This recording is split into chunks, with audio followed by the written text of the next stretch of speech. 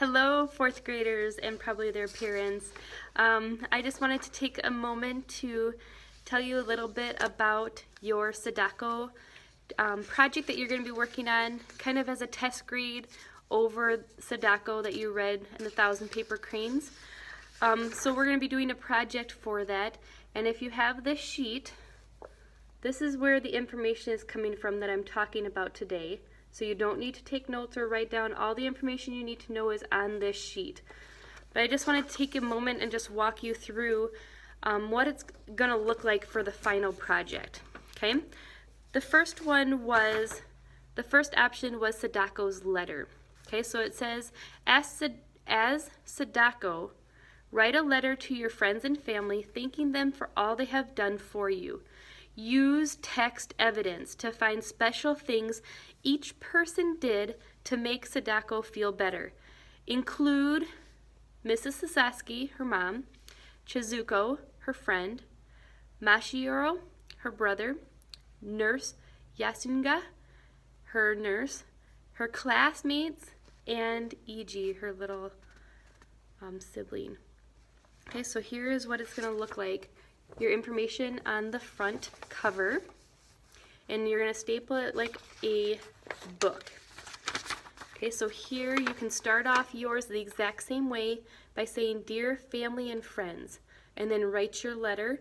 Remember, you have to talk specifically to those people that I just listed and say why you are thanking them or why it made you feel special. And then you can sign it down at the bottom, "Love, Sadako." After you do that, or as you do that, I want you to fill out this text evidence page. So here it tells you the page number and then how did you know. So for instance, if Sadako liked soccer and it said that on page 6, you would write 6 here, and then you could say Sadako was thankful for her soccer ball she got. Okay, so you want to support how did you know that she liked soccer, and then why did you include that in the letter, or how did that make her feel. The next page is going to be your page for drawing a picture about a favorite part of your book or a favorite setting of your book. After you choose what you're going to draw, the next page is to be as detailed as possible to tell me about why you chose that part of it. I do expect like 4 to 6 sentences on this page if you can, or more, because I want you to be that detailed. Why did you choose that? Why was it your favorite? Or why did you choose that setting? Okay? And to describe it, you could say, "There were swings at the park." Things like that to describe what they're seeing. What did you draw? Your option number 2 is the favorite things jar.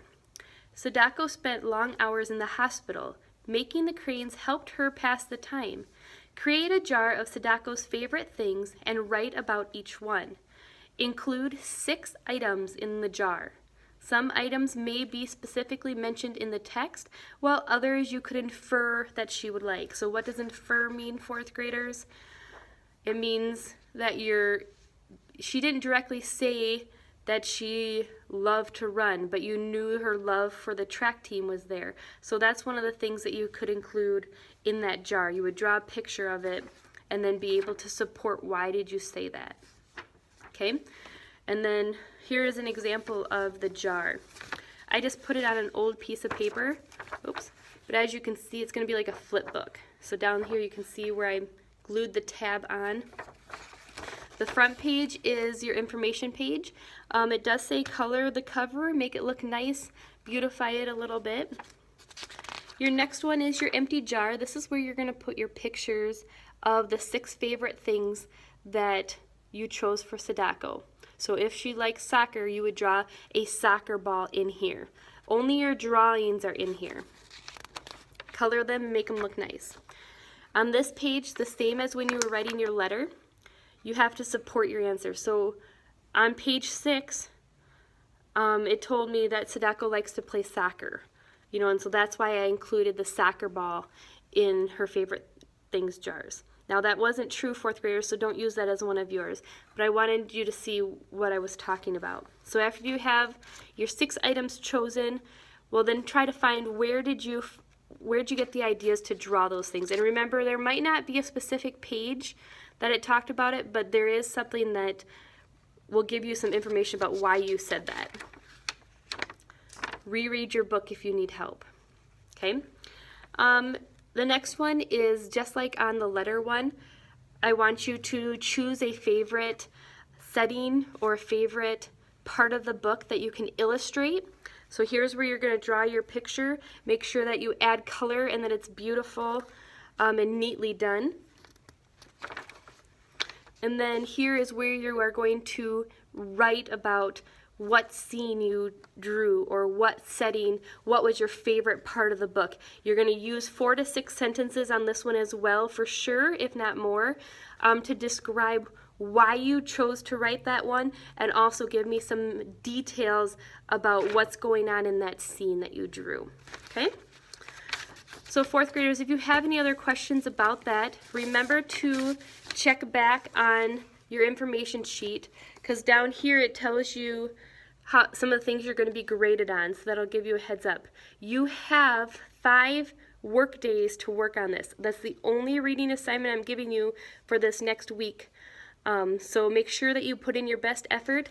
I said about 15 minutes a day, but if you want to get it all done in one day, just make sure it's done neatly for me to look at.